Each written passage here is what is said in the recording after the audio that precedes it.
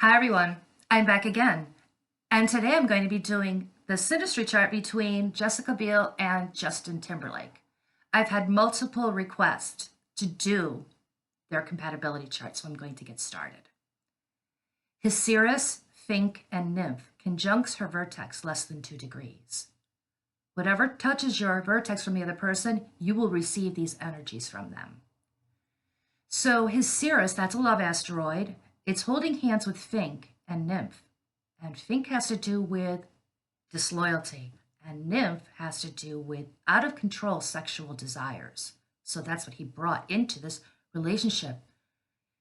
There was disloyalty because of his out of control sexual desires. And that is validated by his Nymph conjuncting his anti-vertex natally by 2 degrees. Whatever conjuncts your anti-vertex in your natal chart, it's like a second descendant. That is what you will bring, those energies you will bring to the other person in a close relationship. So Nymph, very, like I said, out of control sexual desires. And it doesn't matter who he gets involved with on a closely, because these energies will be prominent and he will bring them, these energies, to the other woman that he's involved with. His Nessus and Sappho conjuncts her north node, 0 degrees, in the 8th house, which is naturally ruled by Pluto. And this is a very sexual combination. Whatever conjuncts your north node, that's going to be the basic theme of the relationship. And this is at 0 degrees, and that's the tightest orb. So Nessus has to do with abuse, and Sappho has to do with highbrow eroticism. Now, this to me translates into a dark, abusive, obsessive sort of sexual relationship, because Nessus has to do with abuse. You can't get around that. And you don't want to toy with that asteroid. This is not a bells and whistles sort of love thing going on here. And it's all valid. This is validated as I get further into the chart. Now, in his natal chart, his Mira conjuncts his Lilith by 1 degree in the 3rd house in Scorpio. Lilith has to do with raw sexuality, and Mira has to do with sexual energies that are not considered normal by standards. It's very, it's out of the ordinary sexual preferences. So it's conjuncting his Lilith. So this to me means he probably likes kinky sex. And also in his natal chart, Eros is conjuncting his Venus. And Venus is the love planet. In a man's chart, whatever is making a connection to the Venus, that's what he's going to look for in a woman. And in this case, eroticism. That's what he wants in a woman. That's what he desires. And since his Lilith, like I said, raw sexuality is conjuncting his Mira, and like I said before, his Nymph is conjuncting his anti-vertex. So he is a very, very sexual person. And like I said, the Mira and Lilith are in his 3rd house in Scorpio. So to me, this could mean, talk dirty to me, because the 3rd house rules communication. Her Pholus conjuncts his Bluet, 2 degrees. Pholus is like an explosion. It'll magnify the energies of whatever it touches. And his Bluet, he blew it because of cheating. Her Jupiter squares his Poseidon, 2 degrees. And Poseidon is a cheating asteroid, and Jupiter is the largest planet in the solar system.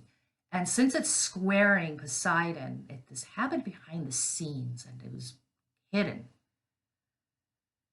His Storm conjuncts her IC by 1 degree, and his Astartes squares her Sun in the 3rd house by 1 degree.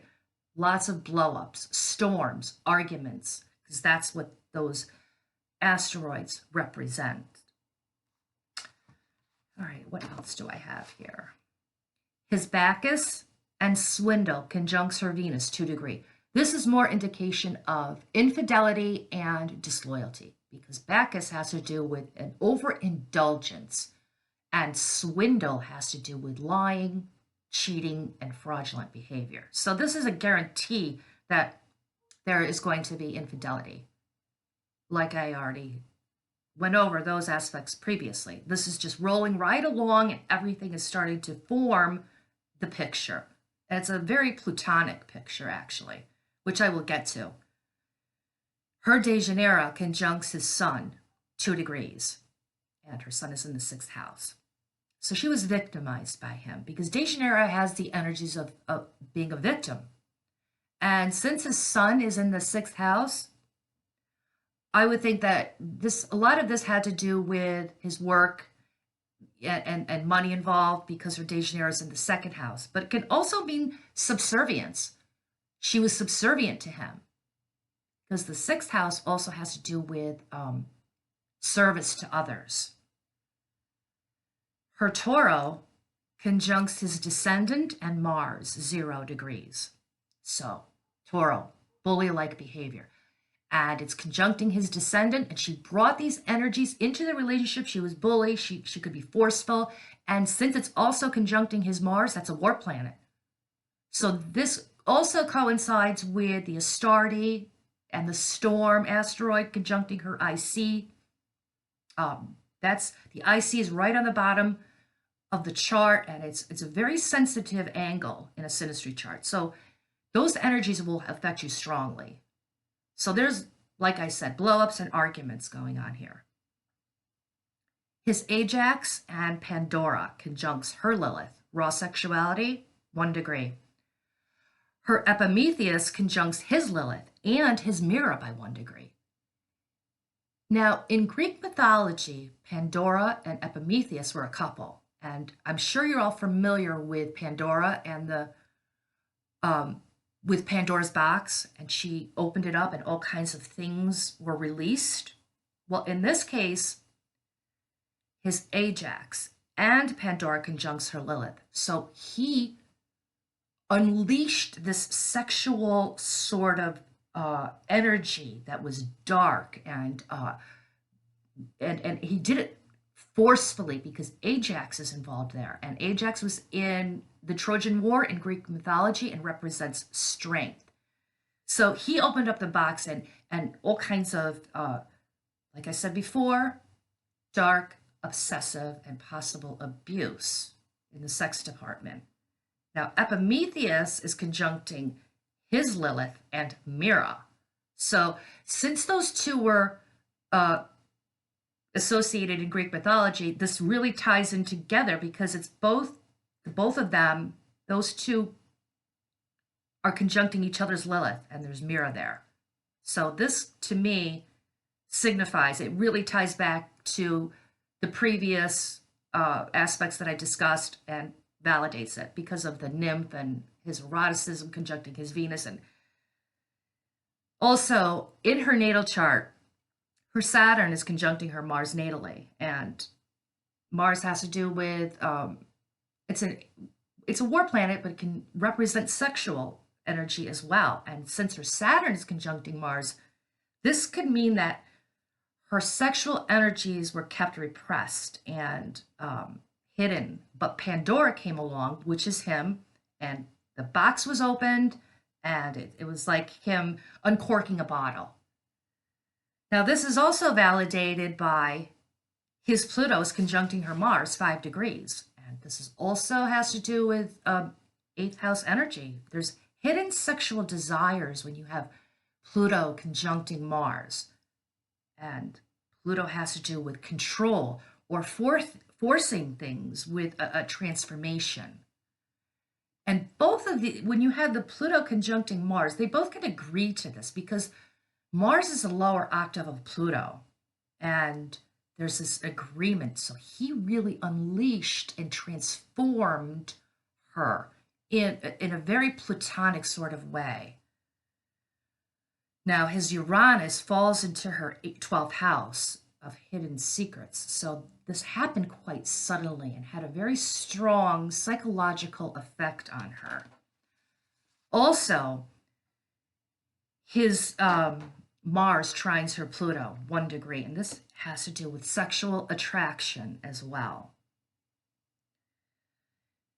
Now, I'm going to do some planetary aspects between the two of them because I think that's important as well. His Venus squares her Pluto 0 degrees. And Venus, the planet of love, squaring Pluto, this can result in an obsessive and unhealthy attachments because it's a square. And there's power, with power, love, and again, sex.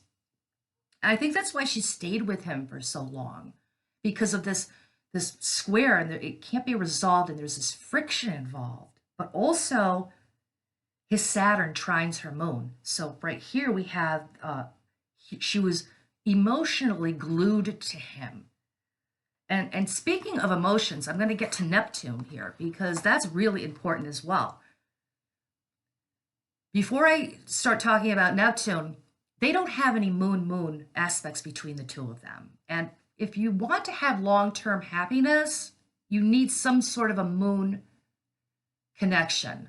Specifically, moon trine moon or moon sextile moon, or I'm not a fan of the squares because that's just very problematic, but they don't have any moon-moon aspects, and the relationship cannot sustain itself forever on just sex and lust, because that eventually fades.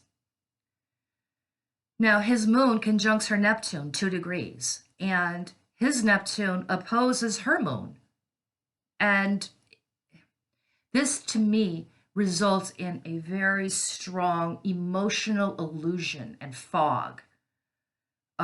Neptune is a mixed bag. It can bring, a psychic connection when it's conjuncting someone's moon. So you really have to look at the rest of the chart to make that determination, as well as aspects in the natals between, her natal and his natal to see what kind of aspects Neptune makes. But in this case, it's emotional illusion, and there's deceptive energies involved. They don't feel safe with each other in that department emotionally because they're not forthcoming. It's almost like they become unavailable to each other. And it just fogs up the emotions with a fantasy-like connection, which coincides actually with her Fantasia conjuncting his IC. And Fantasia has to do with fantasy. So now we have this fantasy, illusion, and deception that it could not, obviously, it couldn't keep the relationship together. The only Saturn aspect they have is the one that I just went over. His Saturn trines her moon, so she was emotionally glued to him, but that wasn't strong enough to sustain this relationship over time, and there's cheating involved. So this emotional fantasy and platonic sexual relationship ended, and the fog from Neptune was eventually revealed and lifted, and then the relationship fell apart. So that's all I have, and I hope you enjoyed this interpretation, and I will be back soon with other synastry charts. So hit the subscribe button to stay in the loop. Have a nice day.